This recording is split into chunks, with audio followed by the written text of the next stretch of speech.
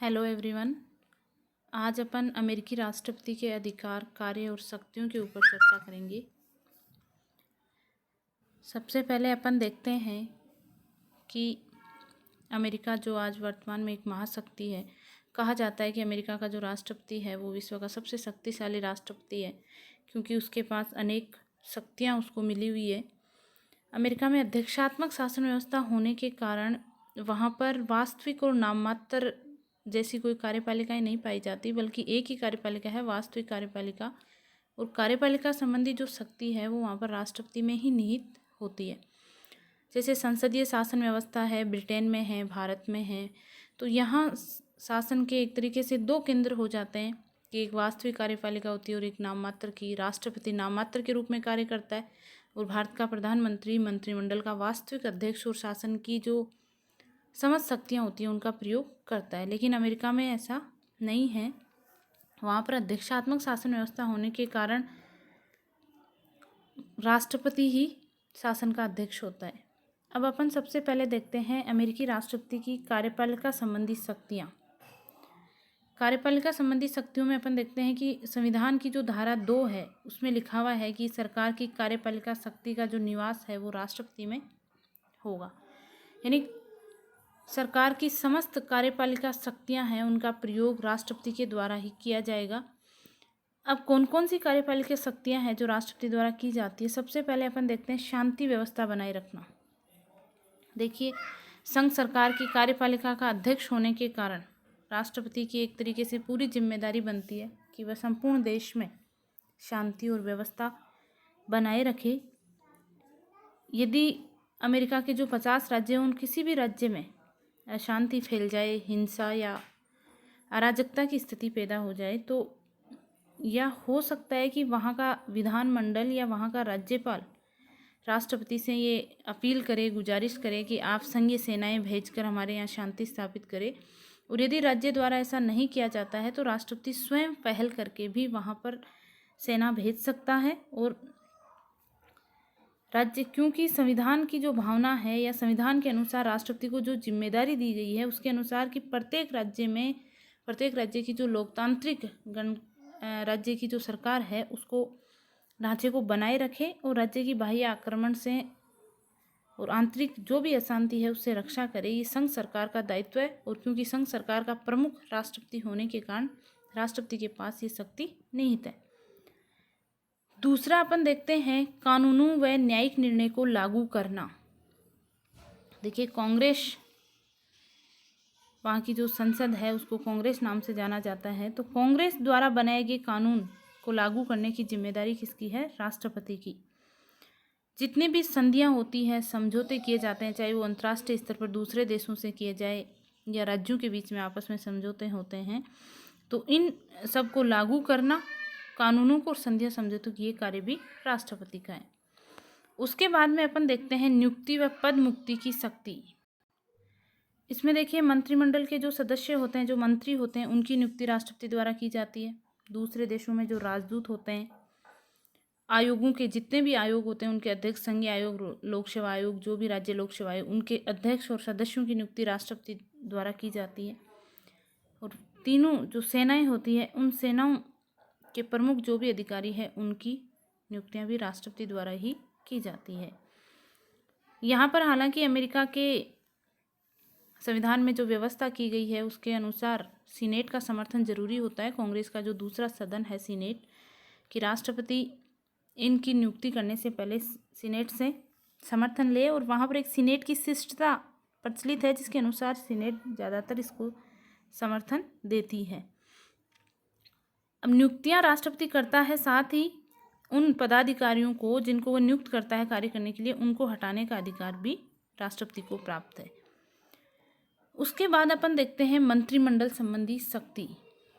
मंत्रिमंडल संबंधी शक्तियों में राष्ट्रपति सर्वोच्च है, उसको अत्यंत विस्तृत शक्तियां प्राप्त है।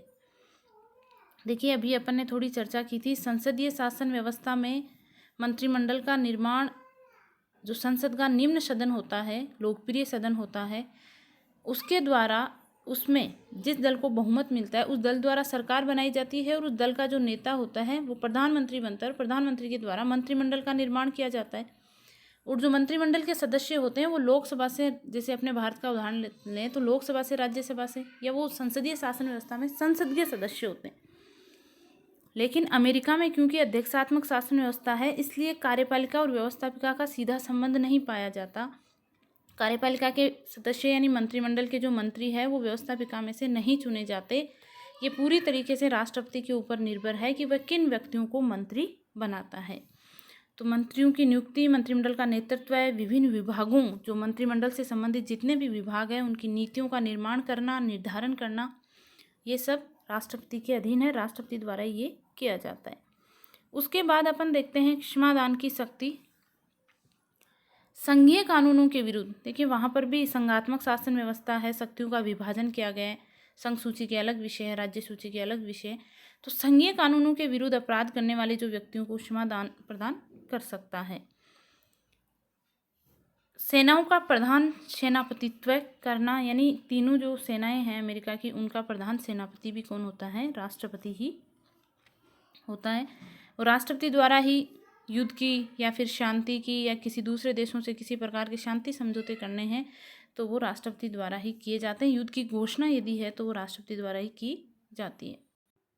हालांकि राष्ट्रपति युद्ध की घोषणा करता है, लेकिन घोषणा करने के लिए उसको कांग्रेस जो है राष्ट्रपति के ऊपर नियंत्रण रखती है कि राष्ट्रपति द्वारा कांग्रेस से इसका समर्थन लिया जाएगा। उसके बाद अपन देखते हैं विदेश संबंधों का संचालन। अमेरिकी विदेश नीति का निर्धारण करने का कार्य है। विदेश नीति किस प्रकार संचालित की जाएगी, कौन से देशों के साथ किस प्रकार के आर्थिक सांस्कृतिक संबंध रखे जाएंगे, इन सब का निर्धारण अमेरिकी राष्ट्रपति द्वारा किया जाता है। विदेशी संबंधों से संबंधित जितने भी पदाधिकारी होते हैं उनकी नियुक्तियां करने का कार्य भी राष्ट्रपति द्वारा किया जाता है। अन्य देशों से संधियां करना, चाहे वो आर्थिक संधि है, सांस्कृतिक संधि है, या व्यापार से संबंधित या किसी भी प्रकार की संधियां और समझौते, द्विपक्षीय समझौते हैं, वो सारे राष्ट्रपति द्वारा किए जाते हैं। विदेशों में अमेरिकी नागरिकों का संरक्षण, यदि दूसरे देशों में कहीं पर भी अमेरिका के नागरिक रहते हैं तो राष्ट्रपति उनका संरक्षण करने का कार्य भी करता है। उनकी कोई भी समस्या है, किसी भी प्रकार का कोई समस्या होती है तो उसका हल राष्ट्रपति द्वारा किया जाता है। अमेरिकी राष्ट्रपति को यहाँ तक अधिकार है कि वह दूसरे देशों के साथ, विभिन्न जो देश है उनके साथ प्रशासकीय समझौते भी कर सकता है और गुप्त समझौते भी कर सकता है। और ऐसे समझौतों के लिए उसको सीनेट की सहमति की भी जरूरत नहीं होती। जैसा कि अपन देखते हैं कि अमेरिकी राष्ट्रपति द्वारा जो विदेश संबंधों से संबंधित जो पदाधिकारी होते हैं, जैसे राजदूत है, राज्य सचिव, जो भी नियुक्त किए जाते हैं, तो इनकी नियुक्ति के लिए सीनेट की सहमति जो है वो अनिवार्य होती है। और राष्ट्रपति यदि इनसे असंतुष्ट है, इनके कार्यों से असंतुष्ट है, तो वह इनको पदमुक्त भी कर सकता है। उसके बाद अपन देखते हैं विधायी शक्तियाँ, यानी व्यवस्थापिका से संबंधित, कानून निर्माण से संबंधित जो शक्तियाँ हैं वो अमेरिकी राष्ट्रपति को कौन कौन सी प्राप्त है। सबसे पहले अपन देखते हैं कि विधि निर्माण या कानून निर्माण संबंधी कार्यों में राष्ट्रपति सीधा भाग नहीं लेता, क्योंकि ये कार्य कांग्रेस के द्वारा किया जाता है, तो वह प्रत्यक्ष उसमें भाग नहीं लेता। राष्ट्रपति द्वारा कांग्रेस को संदेश भेजा जा सकता है और संदेश के माध्यम से वह कांग्रेस को ये सुझाव दे सकता है कि किस प्रकार के कानून बनने चाहिए, और विशेष रूप से वो ऐसा सुझाव दे सकता है कि संघीय जो विषय है उनके ऊपर कांग्रेस को कैसे कानून बनाने चाहिए। कांग्रेस के विशेष अधिवेशन राष्ट्रपति द्वारा आमंत्रित किए जा सकते हैं। जैसे जो संविधान द्वारा कांग्रेस के वार्षिक अधिवेशन निश्चित किए गए हैं, वो तो विशेष जो निश्चित तिथि है उसके ऊपर होते हैं, लेकिन विशेष परिस्थितियां यदि उत्पन्न हो जाए तो राष्ट्रपति द्वारा कांग्रेस का विशेष अधिवेशन है वो बुलाया जा सकता है। जैसा कि अपन देखते हैं कि ट्रूमैन ने 1948 में, राष्ट्रपति जो ट्रूमैन थे उस समय, उन्होंने कांग्रेस का विशेष अधिवेशन बुलाया था। और यदि कांग्रेस किसी समस्या पर विचार कर रही है तो राष्ट्रपति ऐसा सुझाव भी दे सकता है कि इस अधिवेशन की जो अवधि है उसको बढ़ाया जाए। फिर देखते हैं अपन निषेधाधिकार का प्रयोग। ये एक तरीके से जो वीटो पावर होता है कि कांग्रेस द्वारा बनाए गए कानूनों को राष्ट्रपति अपनी सहमति दे भी सकता है और नहीं भी दे सकता है, जिसमें अपन देखते हैं कि कांग्रेस द्वारा कोई भी पारित विधेयक है वो तभी कानून बनता है जब राष्ट्रपति उसके ऊपर क्या करे, हस्ताक्षर करे। लेकिन संविधान ने राष्ट्रपति को ये अधिकार भी दे रखा है कि वो किसी विधेयक पर हस्ताक्षर करने से इनकार कर दे, और जिसका अर्थ यही होता है कि वह विधेयक क्या नहीं बनेगा, कानून नहीं बनेगा। तो ये जो राष्ट्रपति का अधिकार है वो क्या कहा जाता है, निषेधाधिकार का अधिकार। अब देखिए, अमेरिकी राष्ट्रपति का जो निषेधाधिकार का अधिकार है वो भी दो तरीके का है, एक नियमित या विलंबकारी, और दूसरा होता है जेबी निषेधाधिकार। विलंबकारी जो वीटो पावर है उसमें राष्ट्रपति की शक्ति जो है वो क्या है, अस्थायी है। यदि मान लीजिए राष्ट्रपति ने किसी विधेयक को अस्वीकृत कर दिया और कांग्रेस उसको पुनः पारित कर दे, तो फिर उस विधेयक को राष्ट्रपति के हस्ताक्षर के बिना ही क्या हो जाता है, वो कानून बन जाता है। उसको कांग्रेस के जो दोनों सदन हैं उनका 2/3 बहुमत मिलना चाहिए। अगला जो ये है जेबी निषेधाधिकार, इसमें यह है कि राष्ट्रपति न उसको मना करता है और नई स्वीकृति देता है, यानी वो अपने पॉकेट में रख लेता है या अपनी टेबल पे रख लेता है, तो वो होता है पॉकेट वीटो। अगला अपन देखते हैं राष्ट्रपति द्वारा कार्यपालिका आदेश जारी करना। ये एक तरीके से अपने यहाँ पर जो अध्यादेश है उसकी तरह ही है कि समय की कमी और कार्यभार के अत्यधिक के कारण कांग्रेस ज़्यादा मोटे मोटे जो कानून होते हैं वही बना पाती है। इसलिए एक तरीके से इसको प्रदत्त व्यवस्थापन भी बोला जाता है कि कानून बनाने का कार्य किसका है, व्यवस्थापिका का, सीनेट वहाँ की जो कांग्रेस है उसका है, लेकिन कांग्रेस ने अपना कार्य किसको सौंप दिया, राष्ट्रपति को। तो इस तरीके से इससे कार्यपालिका शक्तियाँ जो राष्ट्रपति की है उनमें क्या हुई, वृद्धि हुई है। विभिन्न विभागों के लिए जैसे राष्ट्रपति नियम बना सकता है, उप नियम बना सकता है, तो ऐसे जो राष्ट्रपति द्वारा कार्य किए जाते हैं उनको कार्यपालिका आदेश कहा जाता है। उसके बाद अपन देखते हैं वित्तीय शक्तियाँ। वित्तीय शक्तियों में देखिए राष्ट्रपति की देखरेख में जो आय व्यय का लेखा जोखा होता है वो बजट तैयार करवाया जाता है, और उस बजट को कांग्रेस को भेजने का कार्य भी किसका है, राष्ट्रपति का है। कांग्रेस हालांकि बजट के आय व्यय को बढ़ा सकती है, घटा सकती है, लेकिन फिर भी राष्ट्रपति अपने दल के समर्थनों के माध्यम से ये कोशिश करता है कि वह जिस रूप में चाहता है उसी रूप में बजट जो है वो पारित हो जाए। न्यायिक शक्तियाँ अपन देखते हैं। संघीय न्यायालय के जो न्यायाधीश होते हैं उनकी नियुक्ति करने का कार्य राष्ट्रपति द्वारा किया जाता है। क्षमादान के अधिकार का प्रयोग करना, जैसा कि अपन ने देखा ही था कि संघीय कानूनों के विरुद्ध किसी प्रकार का अपराध है तो उनसे संबंधित किसी व्यक्ति को राष्ट्रपति द्वारा क्षमा किया जा सकता है।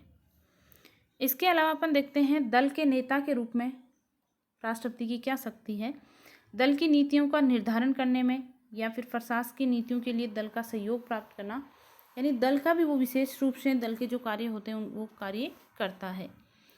अमेरिकी राष्ट्रपति देश के नेता के रूप में देखिए किस प्रकार, सामान्य काल में तो वो रहता ही है, संकट काल में भी वो संपूर्ण राष्ट्र का नेतृत्व करता है।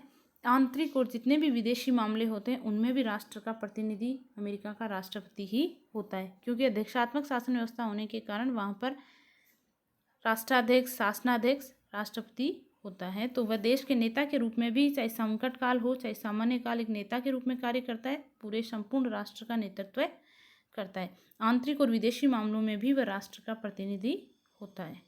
धन्यवाद।